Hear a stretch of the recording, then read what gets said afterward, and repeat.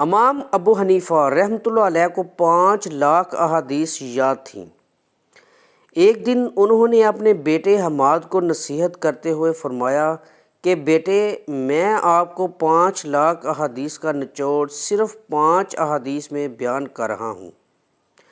Number 1، نبی کریم صلی اللہ علیہ وآلہ وسلم نے فرمایا، اعمال کا دار و مدار نیتوں پر ہے، اور انسان کے لیے وہی ہے جس کی اس نے نیت کی ہو۔ نمبر 2، نبی کریم صلی اللہ علیہ وآلہ وسلم نے فرمایا، انسان کے اسلام کی خوبی یہ ہے کہ لا یعنی فضول چیزوں کو ترک کر دے۔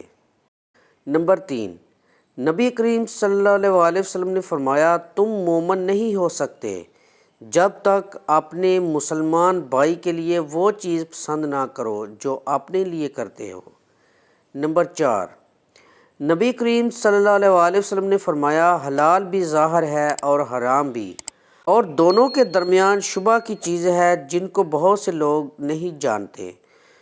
سو جو شخص شبہات سے بچا اور اس نے دین محفوظ کر لیا، اور جو شخص شبہات میں پڑ گیا وہ حرام میں پڑ جائے گا، جیسا کہ چرواہا اپنے ریوڑ کسی کھیت کی باڑ کے پاس لے جائے گا تو عنقریب ایسا ہوگا کہ اس کا ریوڑ کھیت میں بھی چرنے لگے گا۔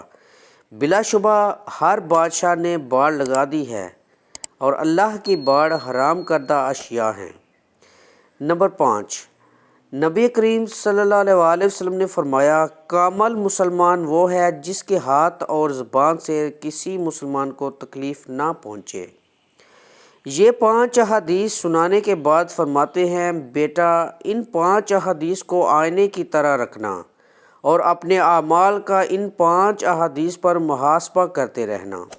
یہ 5 احادیث ان 5 لاکھ احادیث کا نچوڑ ہیں جو مجھے یاد ہیں۔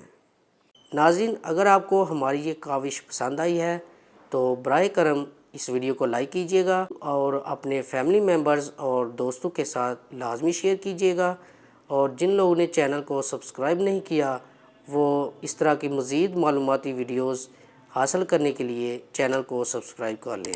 اللہ تعالی ہم سب کا حامی و ناصر ہو۔ جزاک اللہ خیرہ۔